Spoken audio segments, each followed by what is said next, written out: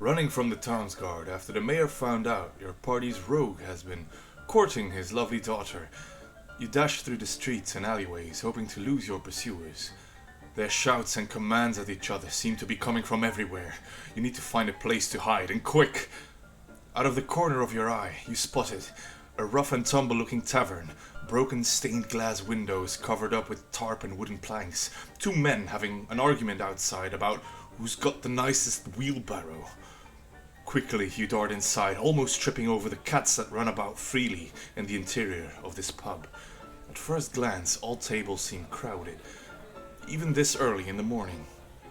A big burly half-orc bouncer reading a book eyes you as you enter, her gaze meeting yours as to say, behave, without exchanging any words.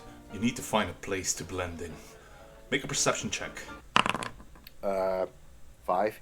You notice one table has at least enough chairs for you and your companions to sit at. You make your way over, and the two patrons of the pub seem to be out of their element, kind of.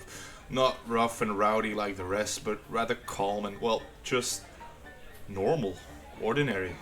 Whilst the rest of the pub are drinking liquor and ale, and having laughs and singing songs, or having fights. These two are having a nice chat with a warm cup of liquid. Heaving and sweating from your chase, you ask if you can sit down with the lads. They nod as they gingerly take another sip of their brew. Then one of them introduces himself. Hi, I'm Izzy. Hi, my name is Matthias. Welcome to the podcast. Welcome. Yeah, welcome to Coffee and Commoners. Hope that hiding out is working out for you. Yeah. What the hell did you do? Anyway, let's get to the important stuff. You know, how to start a campaign and shit. You cheeky. Yeah. It's been a while, Matthias. How you been, man? It has been a while. I'm doing fine. I am surviving. I took a COVID test recently and it was negative, so I'm a happy camper. Hey, nice, dude. It's been a while for the podcast, but as well as having a good old D&D game, you know. Oh yes, I am actually preparing a one-shot on Roll20. So in the very near future, my dear friends, we will have a one-shot. Oh yes, I need my fix. Well, the thing about not playing D&D for a while does have its benefits. Much like you can take the time to build your world or to expand the lore of your world or just plan new things. That's a topic that we want to discuss today, is world building. And well, I think this is probably your favorite subject on world building. But take it away, friend. If I had completely no friends and I was completely antisocial, this would be what I would be doing all the time. Writing about worlds and inventing places and stuff, so I think it's amazing. For world building, I actually have these kind of binder books that you can just that has some kind of elastic around it so you can close them like this. And every world I have has a book like this. And I recently started on a new world that kind of resembles Dune, for the people who like to read or perhaps watch the movie or play the video games. It has been really fun, and at this point I've been working on it for about half a year, and it's almost ready. We can almost use it. Woo. It's almost here. Golf claps all around. I'm the type of guy who when I'm in traffic or when I'm on the train getting somewhere, or I'm in class or I'm at work, I tend to think about stuff that the players might encounter during their game, you know, and that's the place where I'm doing most of my world building, is just in my head thinking about stuff when I'm sitting down and just typing, when I've got the time to type and to bring every idea I have to bring it onto paper. That's when the real magic happens, really. Like, I had a whole campaign that I just thought of while at work. It's been going on for, I think, 4 years now. With world building, races and factions are a very big part of it. I think a very big part of not only just fantasy role-playing games, but in general, are humans. Because it's a way to reflect ourselves upon... It's a way to reflect upon ourselves. It's a way to reflect upon ourselves within this fantasy setting or an imaginary setting. and I think you're very busy with your humans in your world. Yes, I completely am. I think humans are very interesting in fantasy, and a lot of people don't agree with me on that. But that is because they are thinking about like old European medieval style human. Most people think humans are just a blank slate, whilst a half elf or a tiefling or whatever has this mysterious part that they don't understand but they want to explore. But the thing about humans, I think, is that just because humans are seen as this normal blank slate of a character, that gives so much possibility to create and shape the way you want. And you've got a very interesting view on this, so I'll let you do the talking. Yeah, in my main world, I'll call it, I have a faction of humans called the Dominion of Man, which is what the rest of the world calls them. They call themselves the Empire of Man. Very much based on the Warhammer 40k style human empire, with lots of fun stuff mixed in between. They are actually, to most people, think they are the biggest threats to the world. They are very dangerous, they are very organized, and they are very driven. And that is actually what we agree on, Yeah. on humans, is that humans, they have a very short life in comparison to several of the other more known races. Which gives them a drive to complete something within that life, which makes them very dangerous because they actually want to get somewhere within the lifespan of 60 years, perhaps. And 60 years it's old for a human. Yeah, like thing about whether it's a fantasy setting or historical or real life, humans have always been ambitious, and that's the danger of humanity, is that they're ambitious. They want to achieve something, and they'll try and do everything to achieve that. If you just look back on human history and in the real world, in the real world, if you look back on human history, is this your main? This world, is my this is my this is my canon plane of existence. But I but I know I'm just spitballing right now. But humans, you're going off script. yes, off the rails. Humans are a very ambitious species, I'll say. To think that from everything that has happened, from like the very first type of man, I know I'm not very correct on this, even though I studied history for a while, but the first man up until this point, everything that happened in between was somebody or a people that were very ambitious to try and thrive and to compete for something, or to try and do something that was maybe impossible.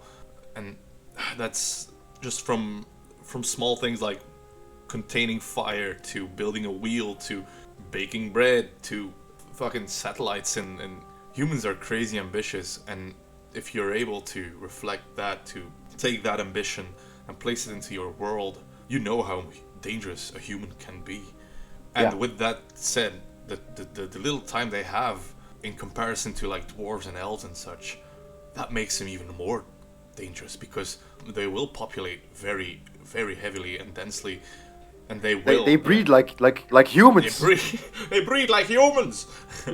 they're crazy how it's great. And humans are very versatile as well. Like that's why I like the variant human in Dungeons and Dragons, where you can take a feat at level 1, so that you can you can literally create everything you want. The human is a perfect blank slate to create whatever you want. If you the thing about Dungeons and Dragons is you can create everything you want. You can, if you wanna make a gnome barbarian that rides a dinosaur, you can do that. If it's alright with the DM, you can do that.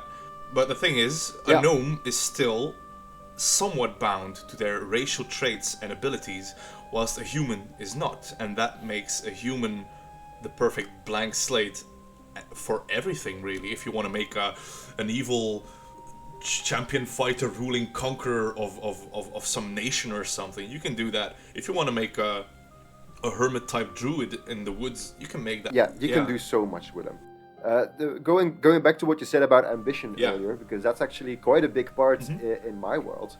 is that right now in the real world you have some humans that other humans look up to. Like for example, Elon Musk or Mark Zuckerberg or the names everybody knows. Like, wow, these people achieved something. Matthew Mercer. Matthew Mercer, indeed, but he's less generally known. But everybody here that's listening. I think the general D&D community knows who Matthew Mercer is. So these are people everybody looks up to because they all have ambition, right? These days, not everybody has ambition. We don't really need it anymore, right? But in the D&D world, that's something different, right? And what I have then is that the descendants of the first of man. So the 100% pure humans are called the descendants of the first of man, and they all have ambition in my world.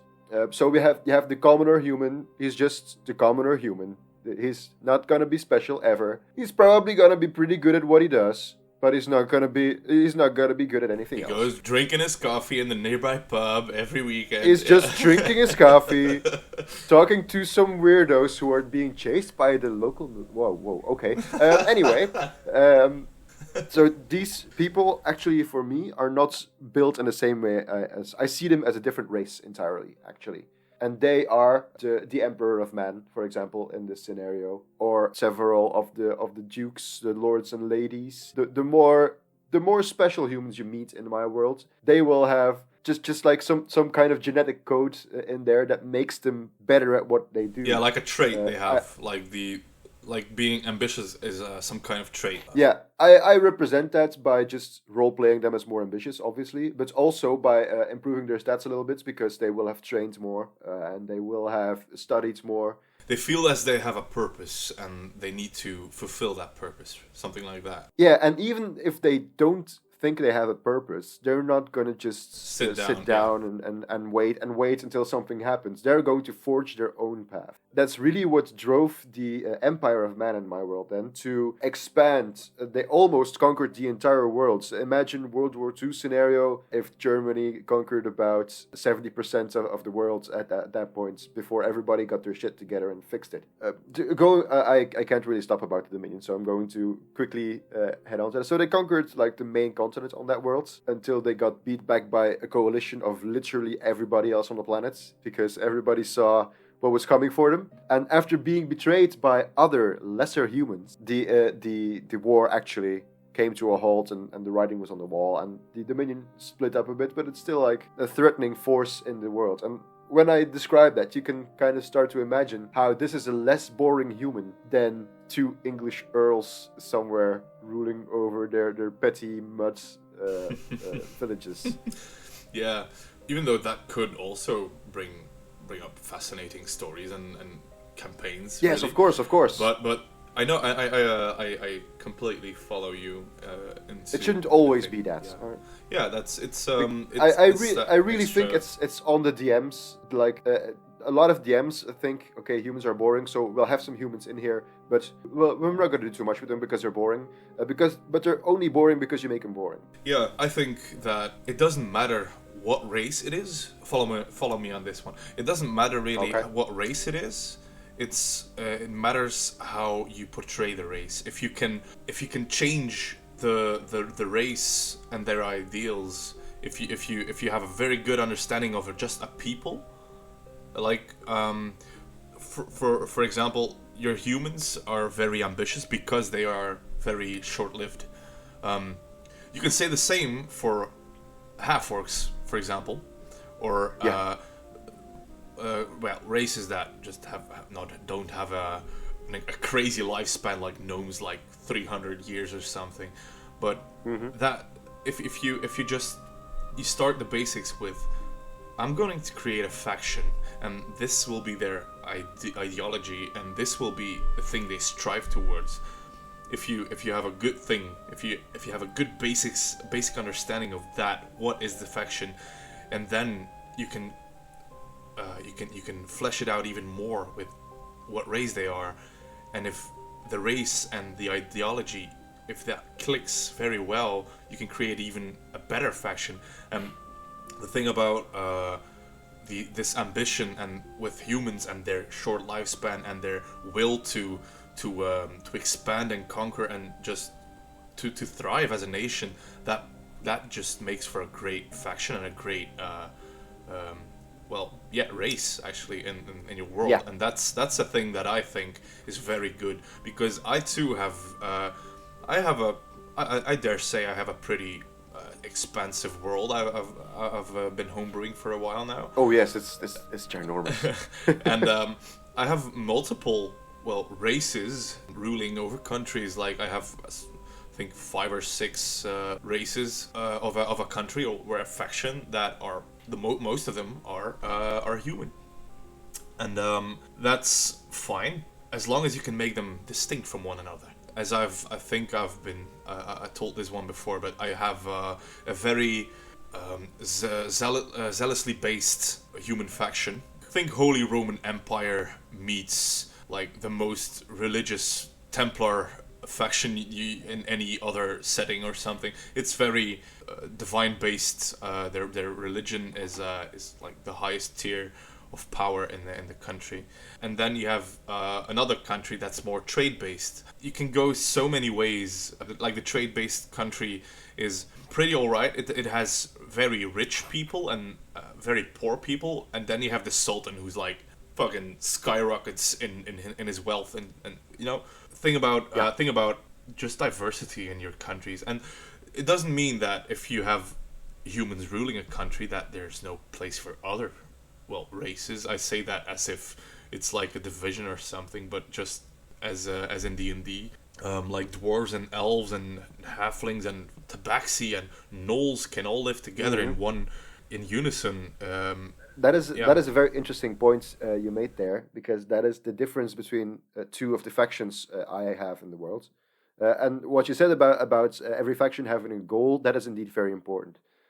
You can just make factions just like that, but you really should be thinking like, what are these people trying to achieve? Yeah, if you're saying, this faction doesn't have a goal, they just stick around with each other. That's their goal. Their goal is to stick around and to form a community, to be safe. Yeah, if you think about it, like I didn't just make this empire of humans try to conquer the world because for no reason. Mm-hmm. Like they want to make sure that because evil.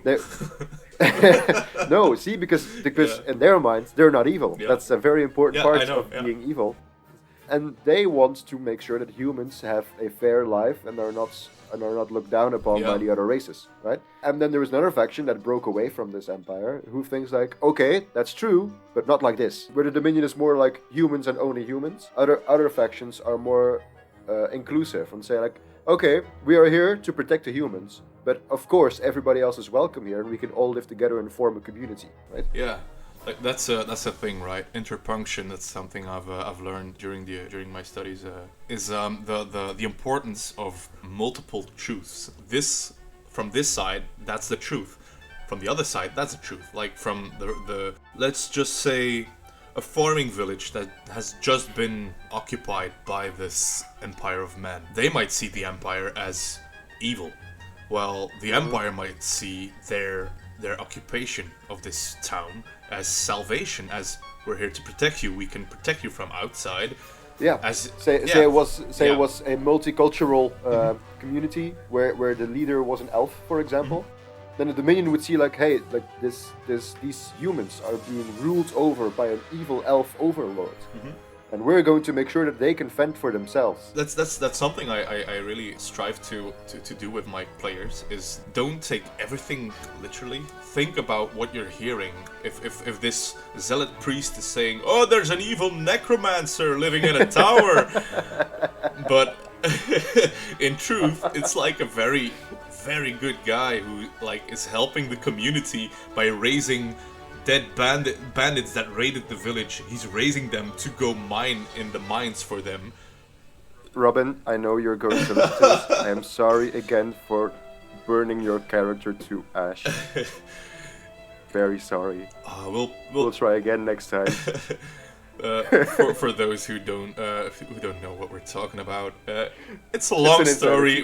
Maybe we'll let Robin do the talking one day when we invite him. One day we will invite Robin here, and he can explain all about how I set his character on fire. We'll have a topic like character discussions, or just butting heads with characters, or in-game role-playing, killing each other. I don't know. We'll figure it out. But yeah, just Can we edit some sad music over that in the end? I'll find some royalty-free sad music. Dang YouTube. No, but Okay. that's the thing, right? Like sad violin or something. Tiny violin. Oh, dude. Okay. Yep. We were talking. There was one more thing I wanted Yeah. to talk about. Go ahead, dude. That is the multiple truths part. Yeah. Is indeed very much important. So, for example, in the campaign where you are a player, Yeah. I have very much done my very best to portray the Dominion as very evil. Yeah. You have seen the parts where the history they had, where this big war happened, which caused a lot of bad things to happen to both them and you and your factions. And now you are in the Dominion, where you are starting to see in other sides of this Dominion how the people love their leaders and how the leaders treat every one of their subjects with respect and dignity. That's a good thing you do. It's like breaking the expectation we had. And me, myself, as a person, I often don't think like that. I don't think like, oh, they're bad because blah, blah, blah. I don't think like that. But to roleplay as a character who has this mindset that's very black and white, kind of. Yeah. Who thinks, yo, this is bad because he did this, fuck this guy. And just hold this grudge against some type of character just because I don't like them whatsoever. Like talking about the queen, but that's not me. That's Miko. That's the little kobold I'm playing. Like he doesn't like it. He's like, look at her parading with all her power, and I don't like her. Even though she's helped us multiple times, she's she's shown the other side of the empire. Albeit with a bit of...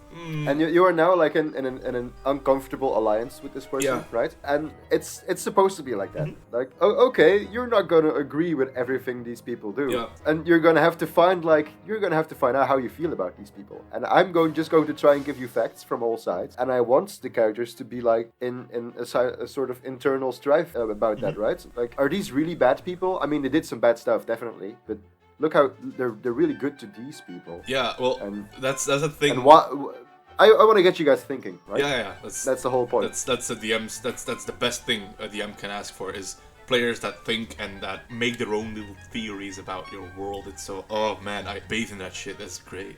It's amazing. But thing about that is, it's also very good when you have that particular feeling, right? Like black and white.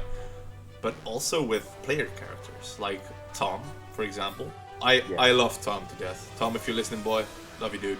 And this is the shout-out episode. Shout-out episode, Robin, Tom. You know what? Get Sophie in here, too. Come on, Sophie. Thing is, I like how Tom plays his character. I like how everybody in the party plays his character in this particular campaign you're running. And I like the way Tom plays Colin. And Miko likes Colin. Miko is like, I love this guy. He's a good guy. He's a great guy. Meanwhile, me, myself, being a player, being a DM, I don't trust the guy I don't trust him whatsoever.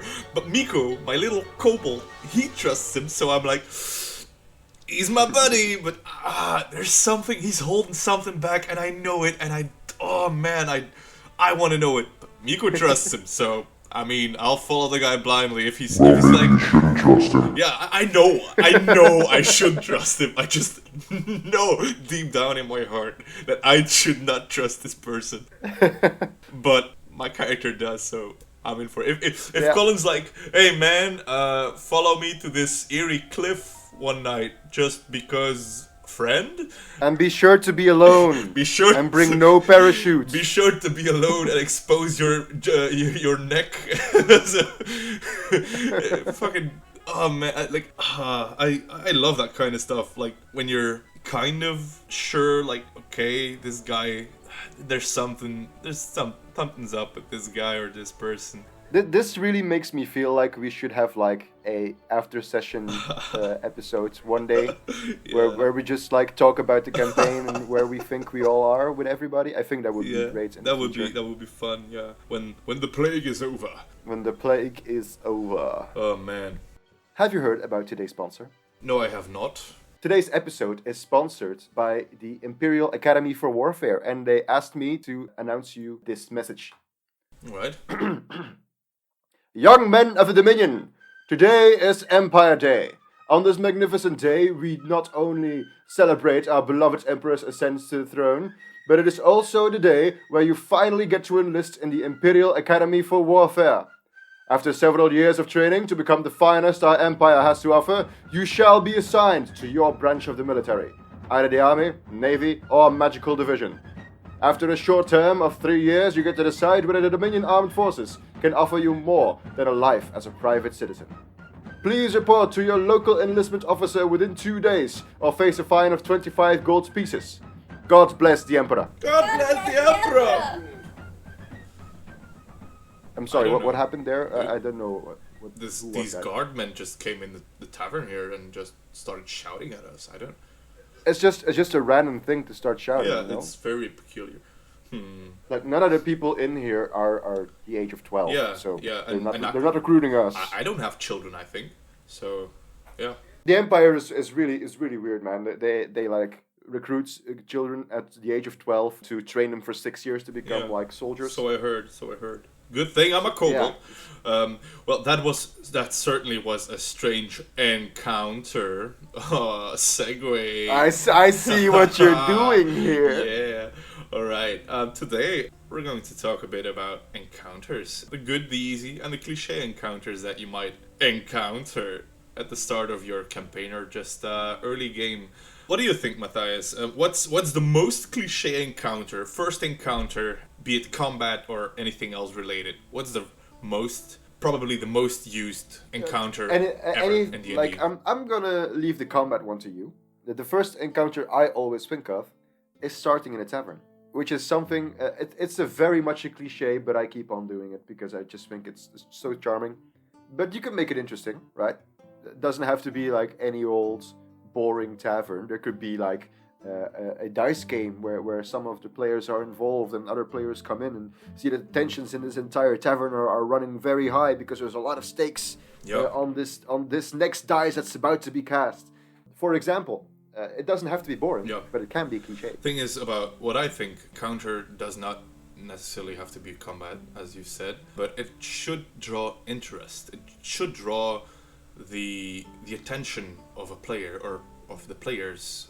As you said, a dice game could be a very well set up encounter or any other thing that just makes the party feel drawn to the occasion. Yeah, you need something to, like, early on. You need something to get them together. I always like to do something like multiple factions. Like you have you clearly have a party, like the player, and you clearly have an opposite group that has a problem or has some interaction with the party, and then sometimes you have a third party or whatever mix into the encounter. Like I started a campaign and the players were on a ship, so there they got to know each other. They felt as a group from the start, you know.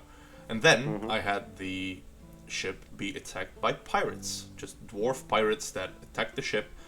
And they felt like a unit defending the thing they're on together, like we against them, you know?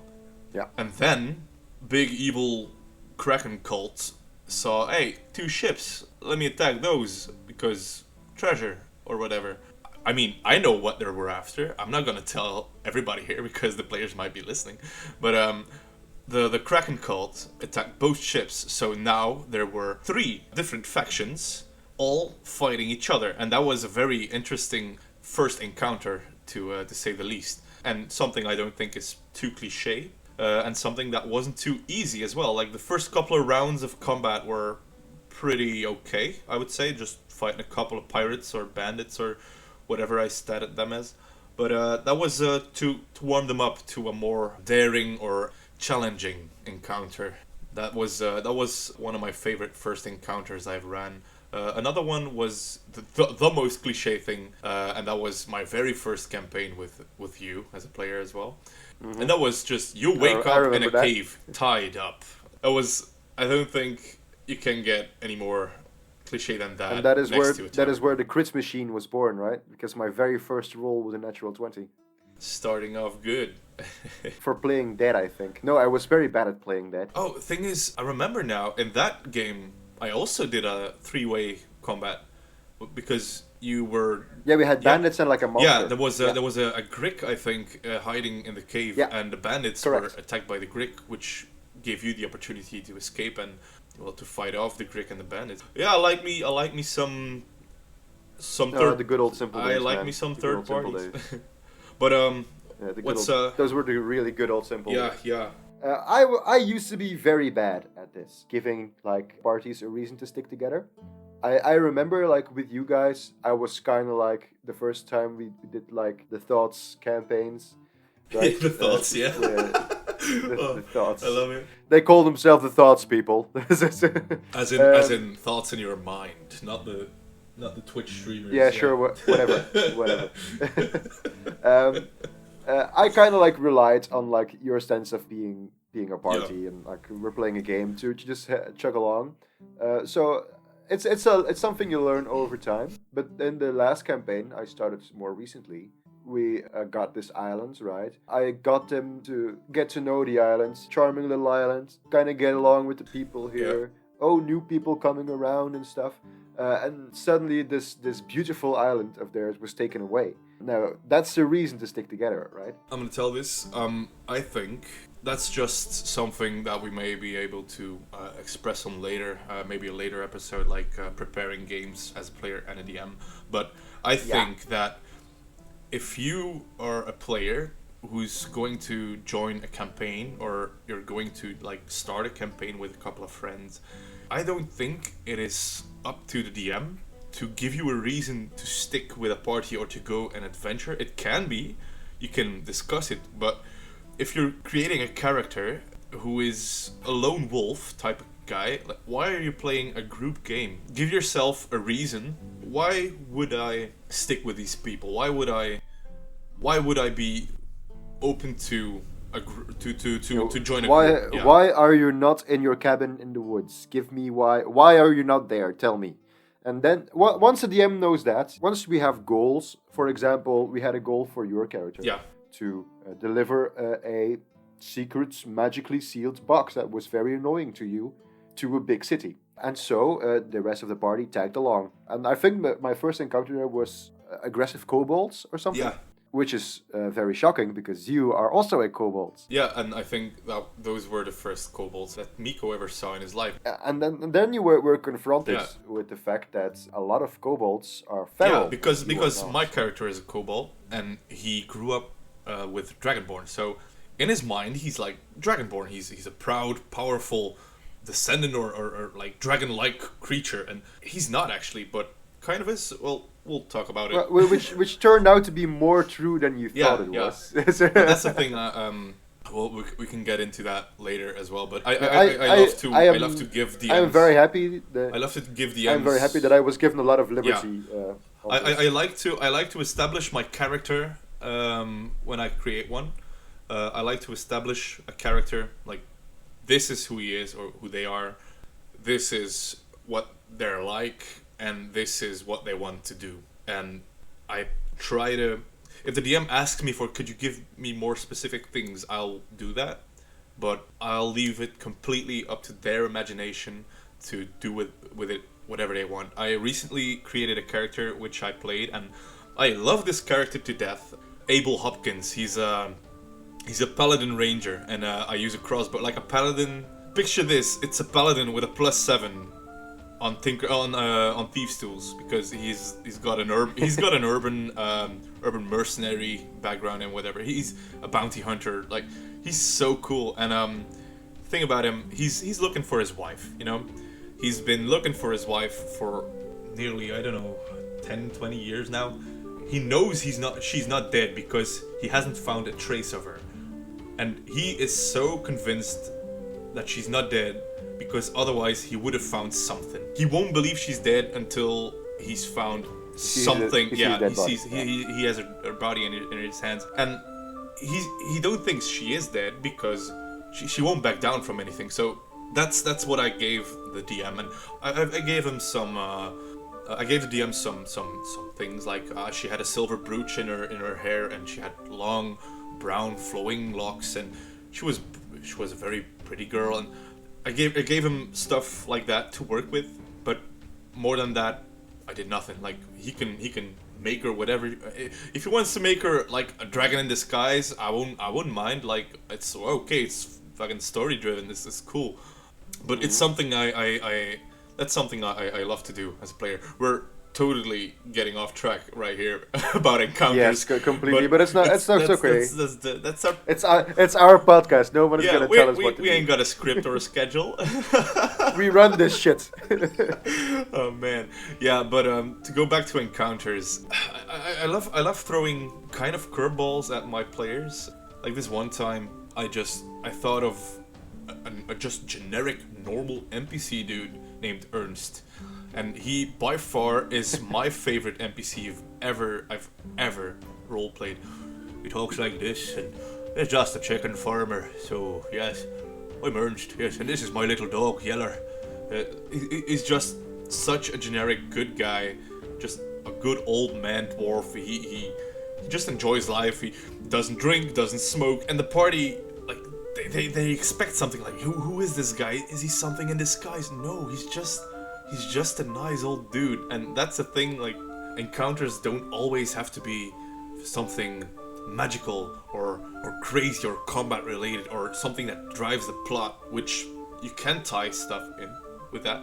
But just they met a chicken farmer on the road who was just going to the city, and they tagged along with him. You have to be like a bit careful with that, right? If every encounter advances the plot, the players will expect everything to be told to them to be very, very, very important, which is sometimes good, right? But sometimes it can be very annoying as a DM as well, because you can accidentally put them on the completely wrong track, and it's still a game for the DM, right? Like, and if you mess up as a DM, you're ruining your own game, right? I've got a thing as well. I have these encounters in that same game with the Ernst.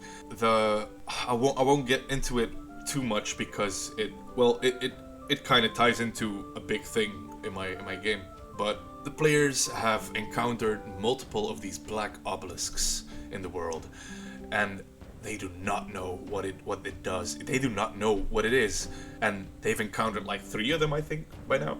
And they fucked with one. They like shot some Eldritch Blast at one of them, and it kind of broke off a bit. So now was that a good thing to destroy it or partly destroyed? I don't know. We don't know. They don't know anything about this obelisk. They don't know what it does, why it's there, who put it there. Yeah, you told me about this. This is gonna be fun. Mystery encounters like that are so good. The players are expected, I think, not the characters, but the players expect every encounter to understand them, you know? So they expect, we're from here, we go to here, we go to here, we go to here. But sometimes I think it's very important to put stuff somewhere that leaves room for discussion or theories, and that's how you, I think, draw characters into your world, into your storytelling, and into your encounters. I think you were there for one of the... Yeah, I was. And everybody wanted to fuck with the thing. Like, what does it do? We don't know. Can I do this? Can I do that? Yeah, you can do... Yeah, you don't know nothing.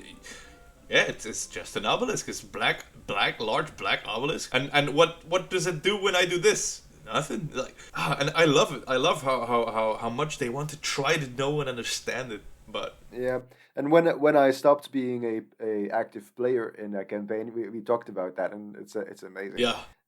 By the way, that brings me back to one thing about world building. I'm just gonna put it in here really quick.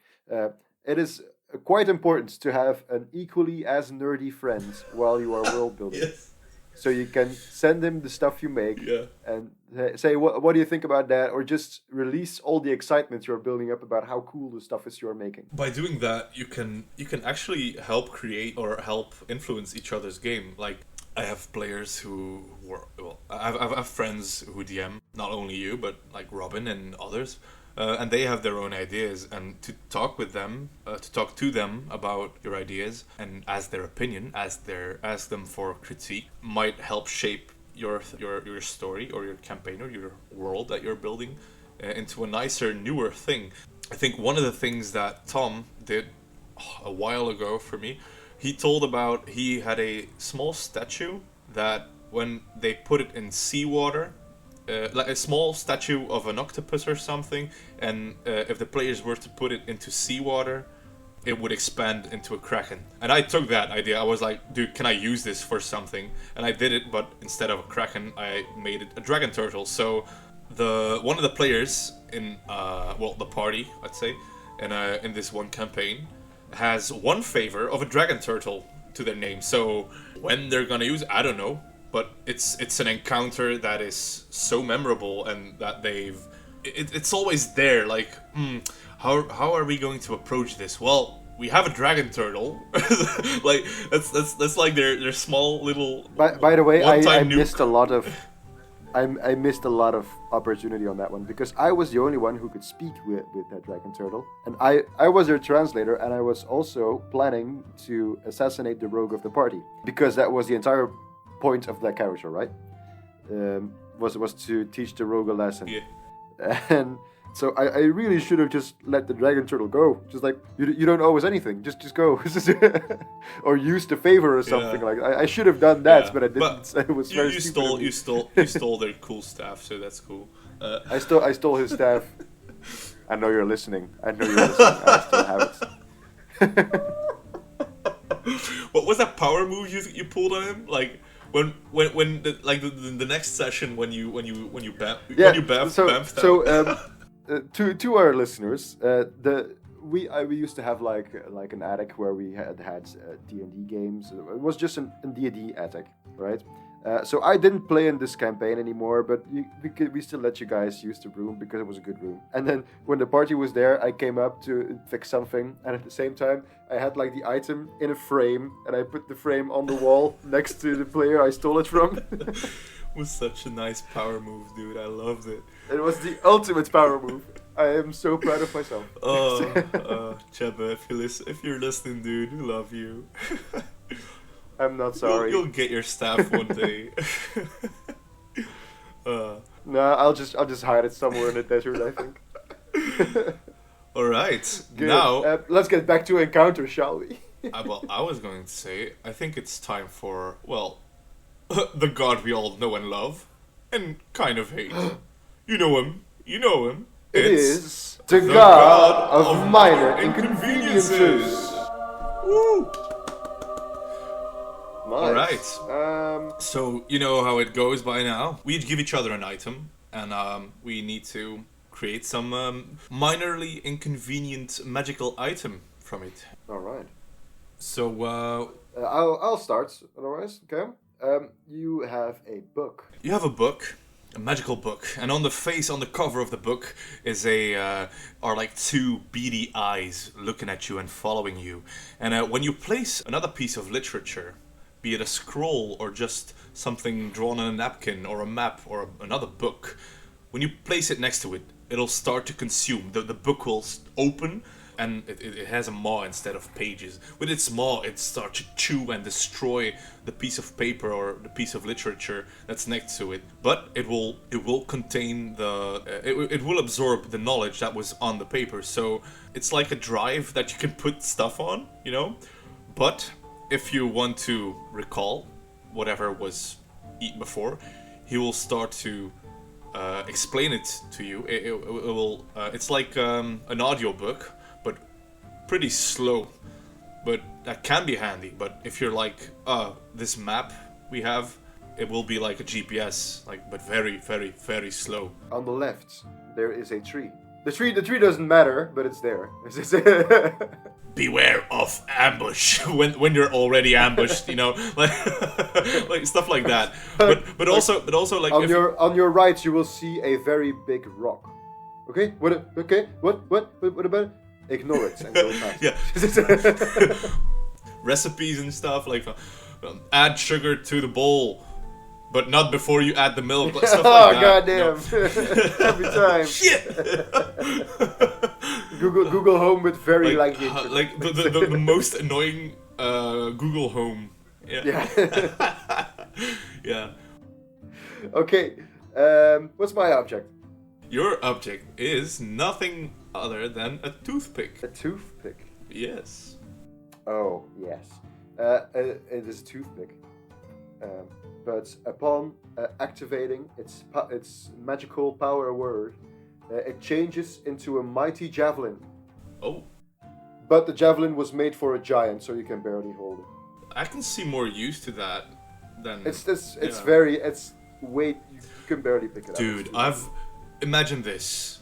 I'm Miko, right? Miko has this signature move, catapult. So I catapult the toothpick. No, you have to hold it to activate. Okay, yeah. Okay, never mind. Cut that. It was good trying to think it, but I am a seasoned DM. I hold it with mage hand and cast it. It's too heavy. Yeah, sure. So yeah, if you have any ideas for other minor inconvenient items, let us know in the comments or send us a thing, the thingy thing with the thing. Yeah. Do not forget to like, comment, and subscribe. And while you're at it, go to your local police precinct, go to the officer, ask him to get his phone and subscribe him onto our podcast on his phone. Yes, do it now. Don't do that, but please do. But don't. If you won't do that, try and subscribe with your toes. Yeah, that's also a good one. Film it, and send it to us. We want to laugh. Yes, we will give you a shout out. We will give you a shout out, like Mr. Toeman or Mrs. Toeman or whatever. Use your toes.